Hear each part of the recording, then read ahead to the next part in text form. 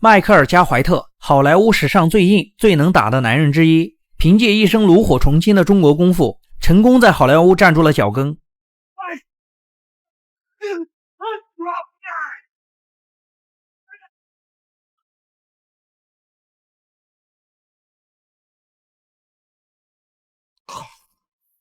怀特有一套独特的练习方式，这也是他被很多人记住的原因。大家好，我是蛋蛋，今天带大家走进由迈克尔·加怀特主演的暴力美学新标杆《暴力接管》，看看一个戒断工作狂的顶级杀手如何在追杀与救赎中完成灵魂的暴力接管。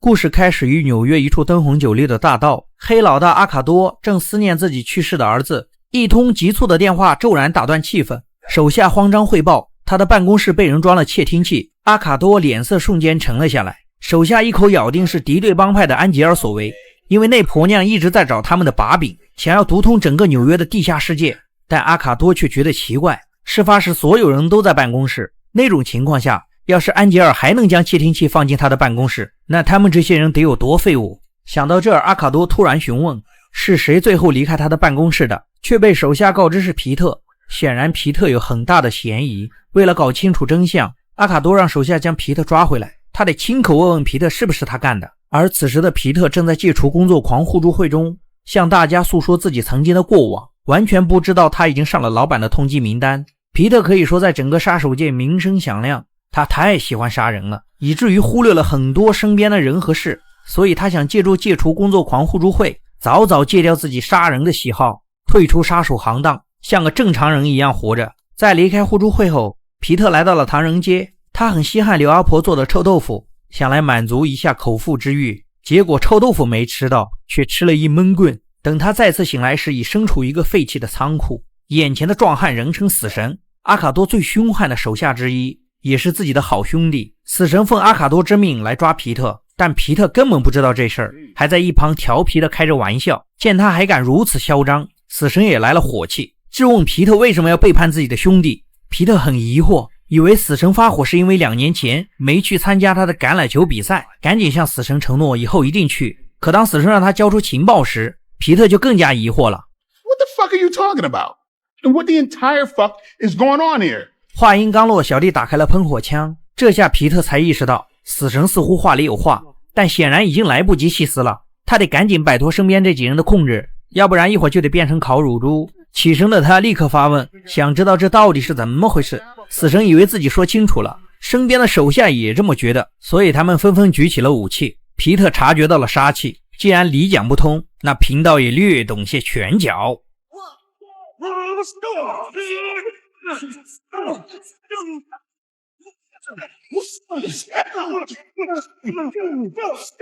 But come on, he's one guy.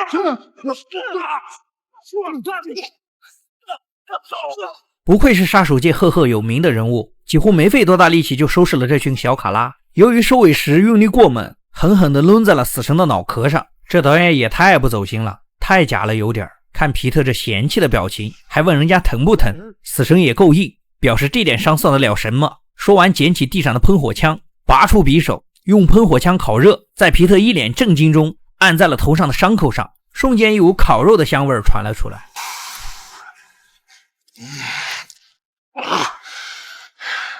You broke rules, asshole.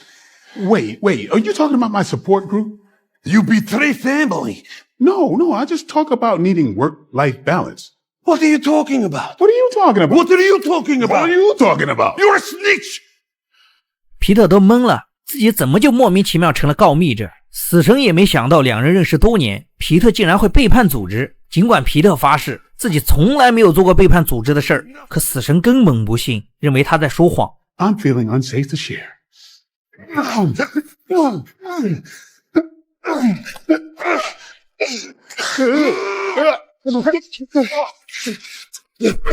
这部今年动作电影的标杆怎么慢慢有了喜剧电影的苗头啊？死神告诉皮特，现在整个组织都在追捕他，他没处可逃了。结果话刚说到一半，死神突然晕了过去。这一切发生的毫无厘头，就跟做梦似的。皮特掏出了死神的手机，拨打了911。Here, big head gash, bloody. I pass out unconscious. 完事后捡起了自己的西装和帽子，转身走出了仓库。不一会儿出现在一间酒吧，客人听到动静一股脑的全都看向了他，包括老板莫拉。皮特以为自己的大门没关好，还专门低头确认了一下，来到吧台前本想喝一杯压压惊，不料酒却被莫拉收了回去。没错，两人是情侣关系，但这段时间在闹矛盾。皮特一番花言巧语，想要征得莫拉的原谅，但莫拉太了解他了。皮特来这里的本意绝对不是为了道歉，皮特还嘴硬不愿意承认，可他忘了两人矛盾的根源。他太强势了，一直将工作看得比什么都重，一次次忽略了莫拉的感受。莫拉纵然深爱他，也熬不住这样的日子。见莫拉的抱怨没有要停下来的意思，皮特赶紧转移话题，说这次自己惹毛了他的父亲。He thinks I'm a fucking rat. You Right? don't have it in you. No, I'm not that fucking guy. Wait. What do you mean? And you decided to show up here, knowing my father sent people for you. No, I decided to show up here because I needed someone I could trust. No, you decided to show up because you wanted to use me to get to my dad. 见被拆穿，皮特满脸尴尬，他就知道皮特出现准没好事儿。自己的上一间酒吧就是因为他的光顾而被砸成了一堆废墟，看来今晚也逃不过了。想到这里，莫拉下了逐客令，让所有客人全部离开，准备迎接狂风暴雨，却不知他父亲派来的打手早就已经等在这里了。领头之人名叫奥兰托，也是皮特的老相识，两人一起共事多年，但奥兰托起初并没有提及要抓皮特回去的事儿，反而说起了自己女儿的成人礼。当初他很早之前就邀请了皮特，但成人礼当天皮特还是放了鸽子。他女儿听说皮特叔叔要来，还专门做了头发。尽管皮特说自己当时有任务要处理尸体，但给家人造成的心理创伤是无法修复的。说完，手下纷纷掏出了武器，知道这架肯定躲不过，于是率先发动了攻击。没想到这次莫拉居然站在了他这边，两人相互配合，和这群小卡拉纠缠在一起，瞬间在整个酒吧开始了一场大乱斗。Get up! Yeah! Yeah!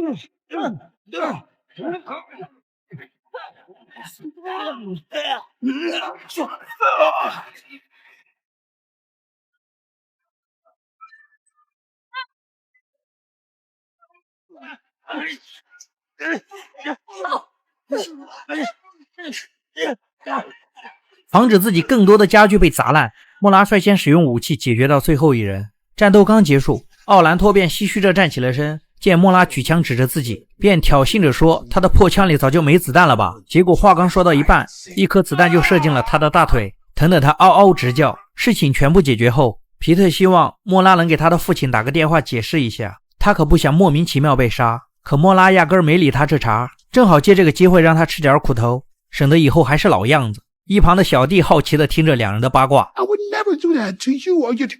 Do you mind?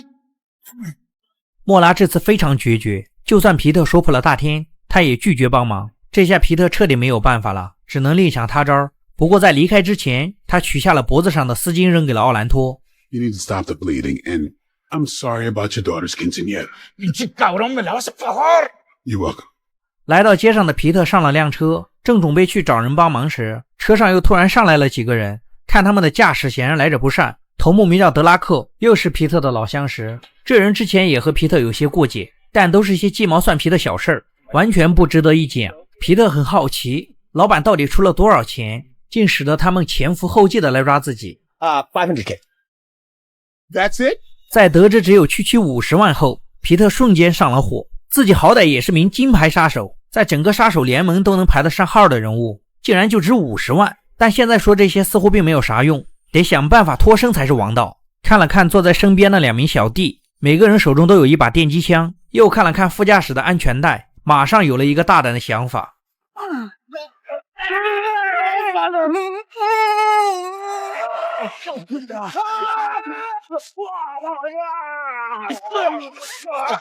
So unnecessary, Pete.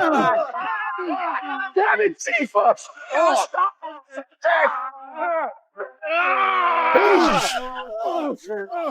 一番毫无道理又骚气十足的操作后，车上的人全都晕了过去。皮特将他们推下了车，自己驾驶汽车潇洒离开。他来到和自己关系最铁的兄弟家，本想找他帮忙，可两人刚一碰头，米勒就举枪瞄准了他。这人是和皮特齐名的杀手，皮特还是他女儿的教父，但如今的米勒不想听他胡扯，那皮特就只能夺过他的枪，让他冷静冷静。米勒质问皮特来这里有没有考虑过会给他和家人带来麻烦，皮特正要回答，枪却又被米勒夺了回去。兄弟俩都很了解对方，知道就算被对方用枪指着也不会有危险。皮特到现在都没想明白自己怎么就变成了叛徒了呢？米勒让他别狡辩，赶紧想想该怎么跟阿卡多解释吧。但这会儿皮特却又不在意了，他觉得阿卡多只是想将他抓回去，完全没有要杀他的意思。米勒见他这么欠揍，上去就想给他点教训，兄弟俩就这样打了起来。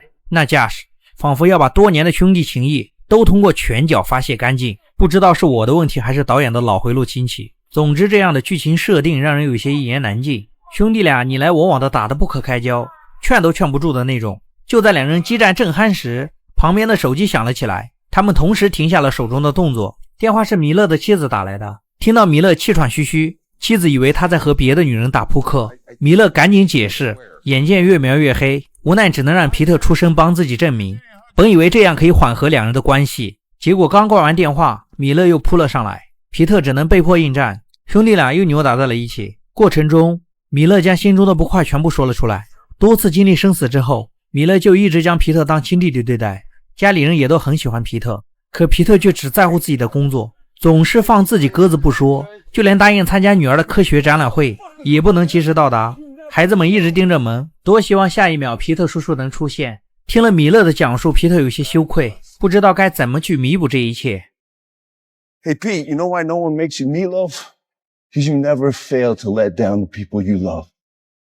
Give you 24 hours, then I'm calling for you myself. Friend or not, I'm not going down for you. I got a family to protect. That's something you'll never know anything about. 离开米勒的家，皮特转身来到了莫拉的住处。莫拉赶紧将他拽进了屋子，只要皮特出现，指定没好事儿。他可不想自己的家被人砸了。他清楚皮特来这里肯定是在米勒那里碰了一鼻子灰，皮特还想掩饰，却被莫拉怼了回去。他让皮特想想周围的人，每个人都有自己的家庭、热爱的事业和朋友，唯独皮特将所有的心思全放在了工作上，立志要成为世界上最强的杀手。但当有一天他离开了这个世界，他的战绩又能被人传颂几天，甚至连他的名字也很快会被人忘掉。可皮特似乎并不理解莫拉所说，正要起身解释，一根吹针便射进了他的脖子里。 Are you fucking kidding? 皮特晕了过去。睡梦里，他在戒断工作狂互助会中，正要向大家诉说自己的苦难，突然身边的人全都举枪对准了他。皮特慌慌张张中从梦中惊醒，看到这一幕的莫拉不禁笑出了声。没想到杀人都没眨过眼的皮特，竟然还有如此一面。皮特没有解释，掀开毯子看了一眼，然后将莫名其妙掉了的裤子提了起来。见莫拉走了过来，皮特坏坏地询问他在自己昏迷的时候，莫拉对他做了什么。莫拉正害羞的不知道怎么回答，门却被一群人强行撞了开来。这人嚣张的表情，就连我都想上去揍他一顿。显然又是阿卡多派来的。得知对方来意和之前的几拨人一样，莫拉竟转身走向了一旁。皮特一头雾水，以为莫拉会帮他。看着对方拿出了手铐，皮特正准备动手。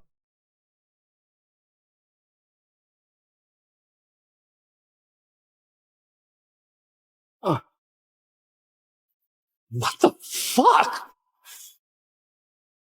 剩下的几人一看这情况，立刻朝两人扑了上来。莫拉的脾气很有意思，别人不招惹他的时候，他可以是一只乖巧的小猫，但人家连他的门都砸了，再不有所表示，会不会让别人觉得自己好欺负？于是这些人就遭殃了。一个顶级杀手，一个从小在黑帮帝国长大，没有两把刷子根本活不到现在，几乎没费多大功夫，这些人便纷纷倒地，失去了战斗力。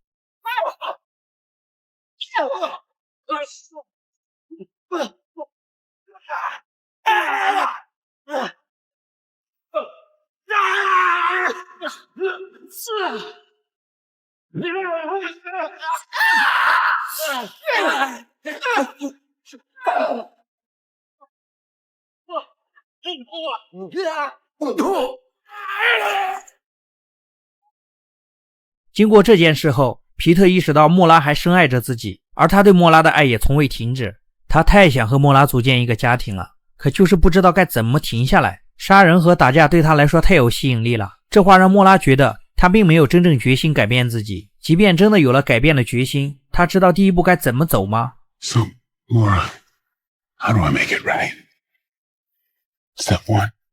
听到这话的莫拉掏出了手机，改变的第一步，先打电话给自己的父亲，只要把一切都说清楚，将误会解除掉，他们才能有重新开始的机会。而这时的阿卡多看着身边的3名手下，一脸的恨铁不成钢。他们也算久经沙场的老油条，怎么连一个皮特都对付不了？正要彻底爆发时，却收到了女儿打来的电话。莫拉告诉父亲，皮特就在自己身边，想要和他聊聊。阿卡多却让女儿将那该死的叛徒带上来，有什么事当面和他说。老黑又不傻，知道去了想要再脱身可就不容易了。但他也清楚阿卡多对自己有恩，当年自己只是个流浪汉，连一个冬天都挺不过去的那种，是阿卡多将他收养，给了他一个完整的家。阿卡多甚至都准备将女儿和产业交给皮特，结果没想到皮特竟出卖了自己。 And I would never betray that trust, sir. I don't know who put it on the street, but it's a lie. I love this family. I love your daughter. I would never do anything to hurt either of you. 话锋一转，皮特觉得自己也挺受伤的。阿卡多问他是什么意思，皮特解释说自己为组织工作了这么多年，临了却只值50万，他有点无法接受，估价实在太低了。莫拉提醒他不该说这样的话，但还是晚了一步，因为通过电话，他们已经听到了阿卡多的咆哮。他警告皮特别挑衅自己，自己有100种弄死他的办法。No, sir, I don't. But I swear to you, I am not a rat. Then prove it. You have till sunrise. And then I raise the price and the stakes.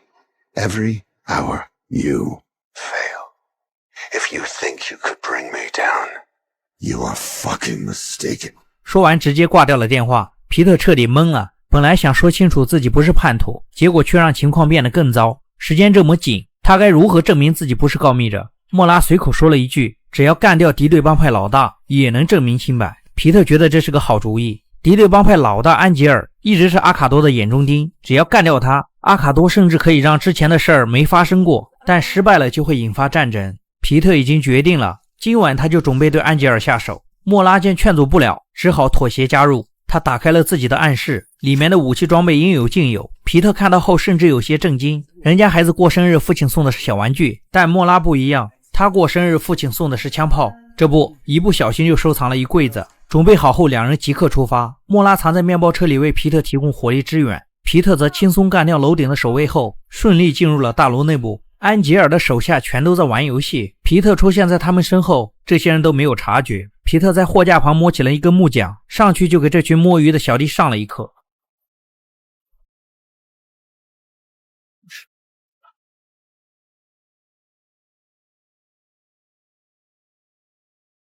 完全没费吹灰之力，但皮特不知道，此时正帮他盯梢的莫拉却遇到了麻烦。一个小辫子举着枪，悄悄摸进了车里。莫拉虽然察觉到了这人，但他没有敢反抗，因为这人是安吉尔手下的第一打手佩基尼。他选择了束手就擒。与此同时，皮特和安吉尔更多的手下纠缠在一起，对方反应的如此及时快速，显然早就有所察觉。也许他们刚一出现就被对方盯上了，这是专门给他们准备的陷阱。而安吉尔在看到莫拉后依旧淡定，证明猜测没错，他们确实提前有所防备。但安吉尔很好奇莫拉来这里的目的是什么。莫拉没有正面回答，只是说自己躲在车里玩枪，结果就被带到这里了。安吉尔告诉他，自己和他父亲的帮派之所以能和谐相处，是因为双方一直都很克制，而莫拉的出现打破了这一平衡。两个帮派可能因此爆发战争，但莫拉表现得满不在乎。他清楚这种事情不会发生，因为过了今天，安吉尔的帮派就不复存在了。他对皮特有十足的信心，确实如他所言，安吉尔的手下都快被皮特杀光了。这些手下虽然个个骁勇，但也只是比普通人强了那么一点点而已，和真正的金牌杀手比，那差的可就不是一星半点了。所以尽管他们人数再多又如何，还是在皮特精湛的枪法加骚气的走位下，纷纷落地成盒。巨大的动静引起了安吉尔的注意，他示意佩基尼去看看，最好尽快将皮特收拾掉。不过能成为安吉尔手下最厉害的打手，确实有两把刷子，一出场就让皮特中了一枪。皮特为给自己争得喘息之机，迅速扔出了一枚震爆弹，恰巧安吉尔也打算给莫拉点颜色瞧瞧。爆炸响起时，反而给了莫拉机会。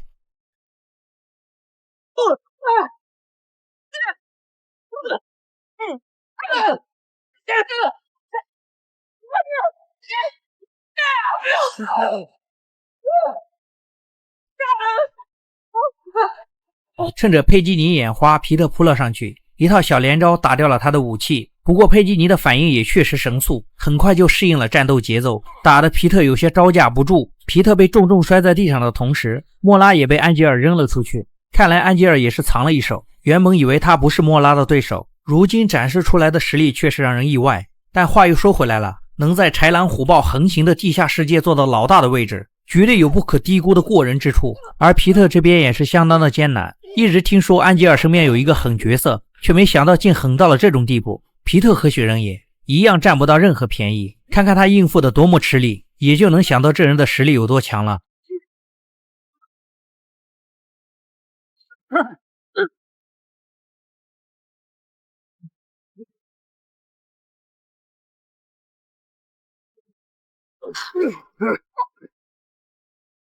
费了一大番功夫之后，终于给佩吉尼解决了。皮特也累得够呛，来不及喘口气，立即赶过去准备给莫拉帮忙。没想到这时佩吉尼又冲了出来，看来刚刚下手不够狠，佩吉尼没死彻底。按理来说皮特久经沙场，不应该犯这么低级的错误，但谁能想到都那样了，佩吉尼还没死，这下有他的苦头吃了。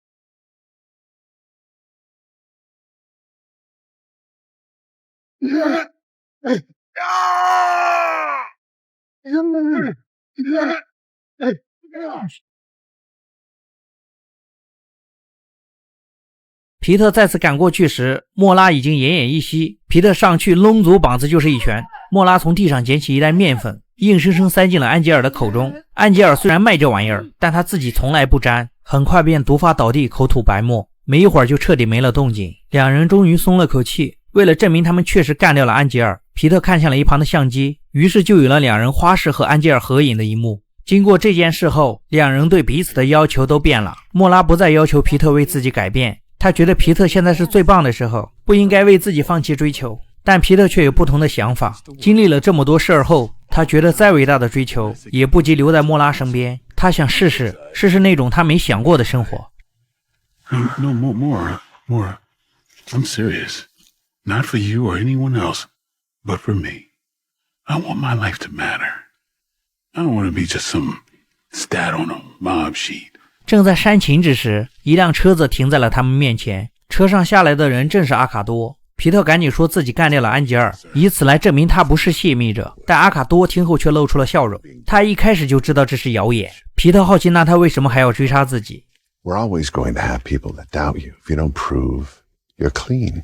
It would make the organization look weak if we didn't make you answer for it. And weakness is The kiss of death. But why didn't you just tell me?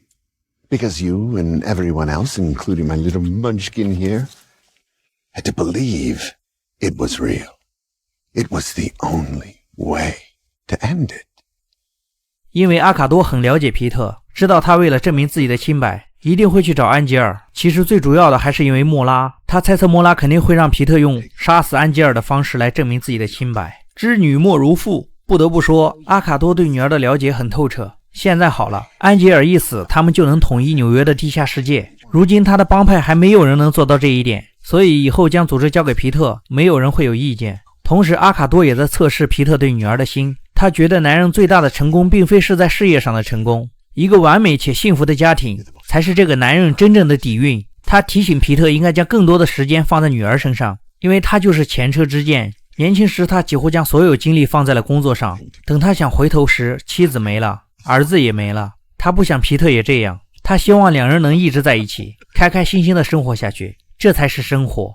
经过这一系列的事情后，皮特也学到了很多，也明白了很多道理。阿卡多很开心他有这样的领悟，他终于可以放心的将女儿交给皮特了。前面的打打杀杀只是铺垫，这一刻才是整个故事的核心。我们要理解，工作固然重要，它能为我们提供生活的保障，可生活不只有工作，还有妻儿父母。不要抛弃生活的本质而谈成功，那样是没有意义的。此句节